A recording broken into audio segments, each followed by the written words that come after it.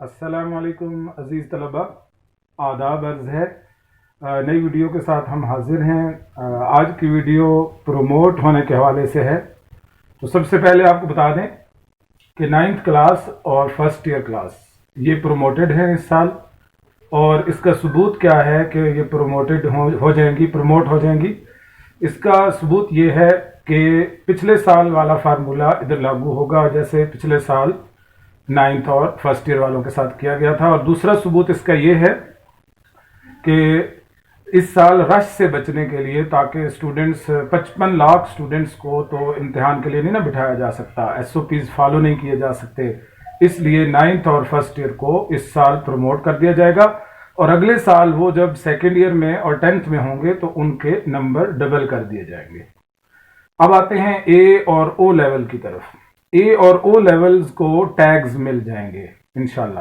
Tags یعنی teacher assessment grades, جو ان کے ٹیچرز ہیں انہوں نے جو ان کی اسیسمنٹ کی ہوتی ہے سارا سال، اسی کے مطابق ان کو پروموٹ کر دیا جائے گا۔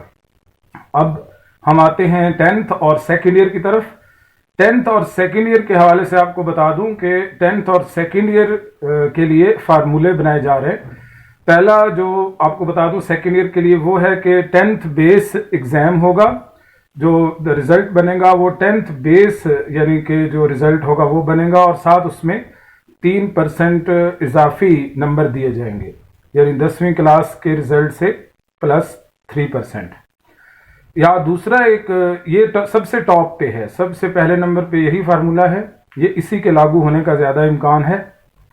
لیکن ایک دوسرا فارمولہ بھی ہے کہ اس سال ان کو کوئی گریڈ نہ دیے جائیں، کچھ بھی نہ دیا، صرف گریڈز دے دیے جائیں، یا پھر ان کو ایسے کر دیا جائے کہ اگر میڈیکل کے اسٹوڈنٹ ہیں تو ایم ڈی کیٹ میں انٹر ہوں، اپلائی کریں، اور باقی انجینئرنگ والے اسٹوڈنٹ جو ہیں ای کیٹ وغیرہ میں، تو ادھر جو ان کا انٹری ٹیسٹ ہو اسی کو ہی سیکنڈ ایئر کا رزلٹ تسلیم کر دیا جائے، اسی کی بیس پر ہی، یعنی 100% انٹری ٹیسٹ کے مارکس کنسیڈر کیے جائیں، اور 10th بھی اس میں شامل ہو، جو 10th کا ان کا رزلٹ آیا تھا۔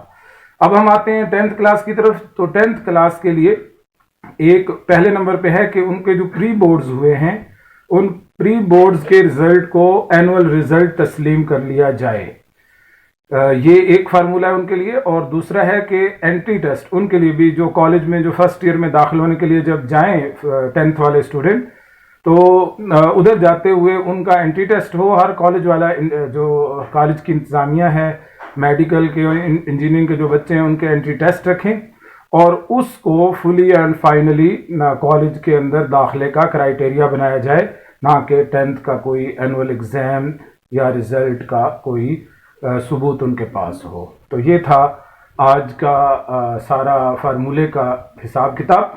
تو آپ چینل کو سبسکرائب کیجئے اور مزید اسی طرح کی ویڈیو دیکھتے رہیے۔ اللہ حافظ۔